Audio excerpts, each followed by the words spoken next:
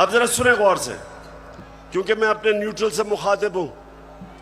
मैं अब जरा उनको बताना चाहता हूं हमारे से हुआ क्या। जब 25 मई को हमारे ऊपर पुलिस ने तशद्दुद किया तो पुलिस के अंदर से मुझे बताया गया,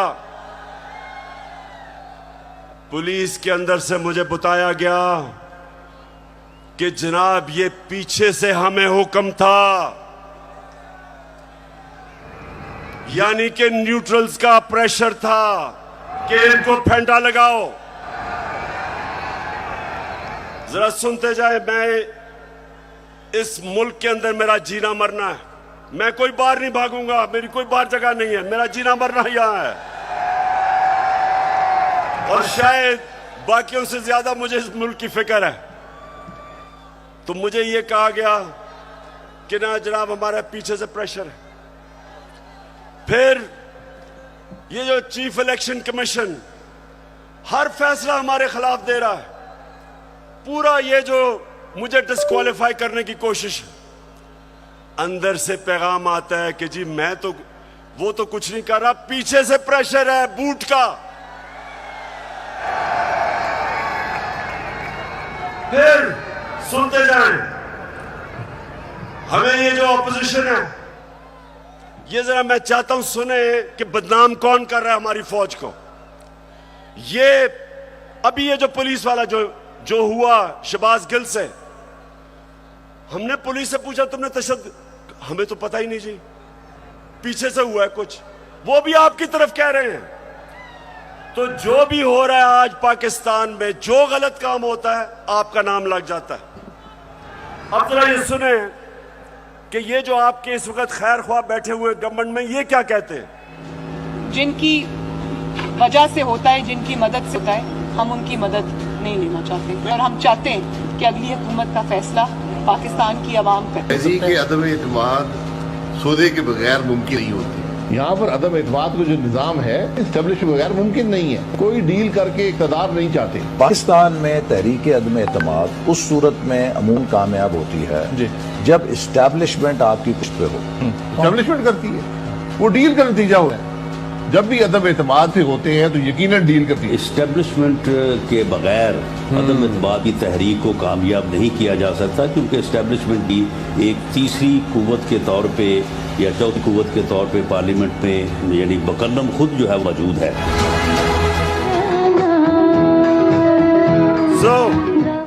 सो मैं ये सवाल पूछता हूं, कौन किसको बदनाम कर रहा है। और उसके बाद जरा सुनते रहे, हमें पैगाम आता है, मेरे घर से कोई मिलने आता है, उसको टेलीफोन आ जाता है एजेंसी से जी कि जी आप क्या करने गए थे। मेरे घर में लोग मिलने आ रहे हैं, पुलिस खड़ी है नीचे, उनके जूते उतार रही है। ये पुलिस नहीं कर रही, पुलिस हमें खुद बताती है कि पीछे से न्यूट्रल्स का हुक्म है हमें। तो मैं आज पूछता हूं कि क्या आप न्यूट्रल हैं या नहीं हैं, बताएं हमें। और अगर नहीं है तो क्यों इस मुल्क को इतना नुकसान पहुंचा रहे हैं। अगर इन लोगों के साथ आपने खड़ा होना है तो क्या आपका ख्याल है कि जो कौम 30 साल से इनको चोर समझती है, वो क्योंकि आप आज इनके साथ खड़े हैं, वो इनको पाक कर देगी, वो मान जाएगी कि ये नहीं, चोर नहीं है। आपको भी नुकसान पहुंच रहा है। मैं आज इसलिए कह रहा हूं सब कुछ कि मुझे पता है प्लान क्या बना हुआ है।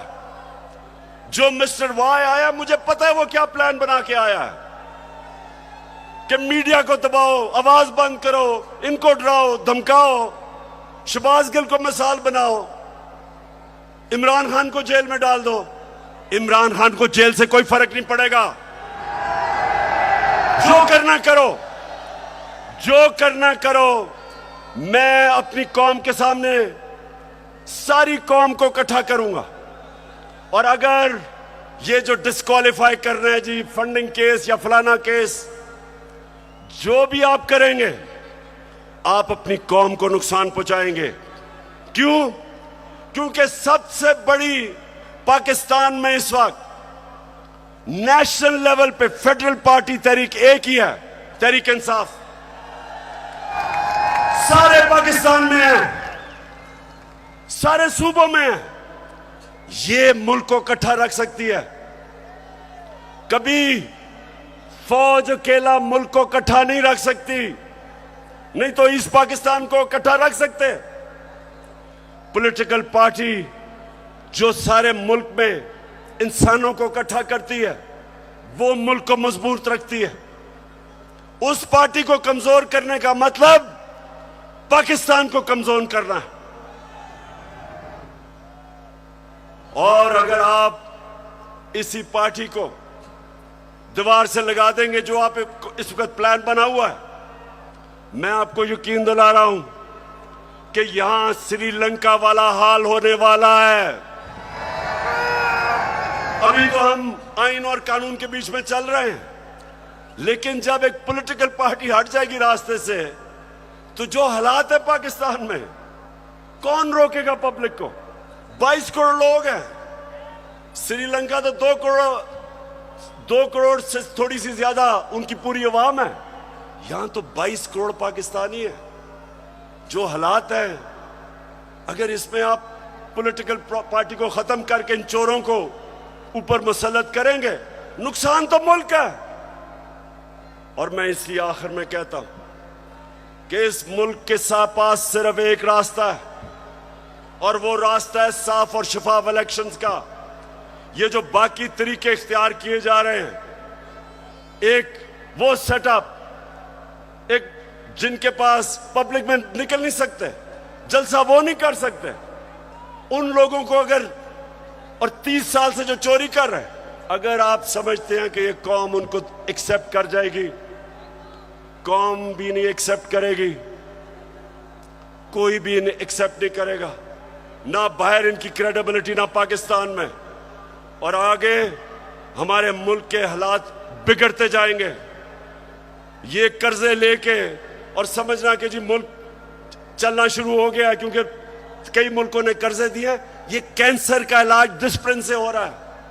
कर्जे बढ़ते जा रहे हैं, कर्जे का बोझ बढ़ता जा रहा है। ये इस तरह मुल्क नहीं चलेगा। जब तक पॉलिटिकल स्टेबिलिटी नहीं आएगी, माशी हालात ठीक नहीं होंगे। तो मैं आखिर में अपनी तकरीर खत्म करने से पहले बलूचिस्तान के लोग, सिंध के लोग और राजनपुर और डेरा गाजी खान जिधर सैलाब आए हुए हैं उधर के लोगों के लिए एक तो हम दुआ भी करते हैं, और मैं सारी गवर्नमेंट्स को, पंजाब की गवर्नमेंट को कह रहा हूं कि पूरी तरह मदद करें हमारे इलाकों में। केपी की गवर्नमेंट को कहूंगा कि जो भी हम कर सकें बलूचिस्तान में करें, और जो भी हालात हैं मैं चाहूंगा कि जो हमारे लोग बड़े खुल के ऐसे मौके पे मोबिलाइज होते हैं, इन लोगों की मदद करें, क्योंकि लोग इस वक्त सैलाब की वजह से बहुत मुश्किल में। और आखिर में मैं ये भी मुबारक देना चाहता हूं सबको कि अभी जो कराची में बाय इलेक्शन है, तहरीक इंसाफ जीत गई है। पाकिस्तान जिंदाबाद।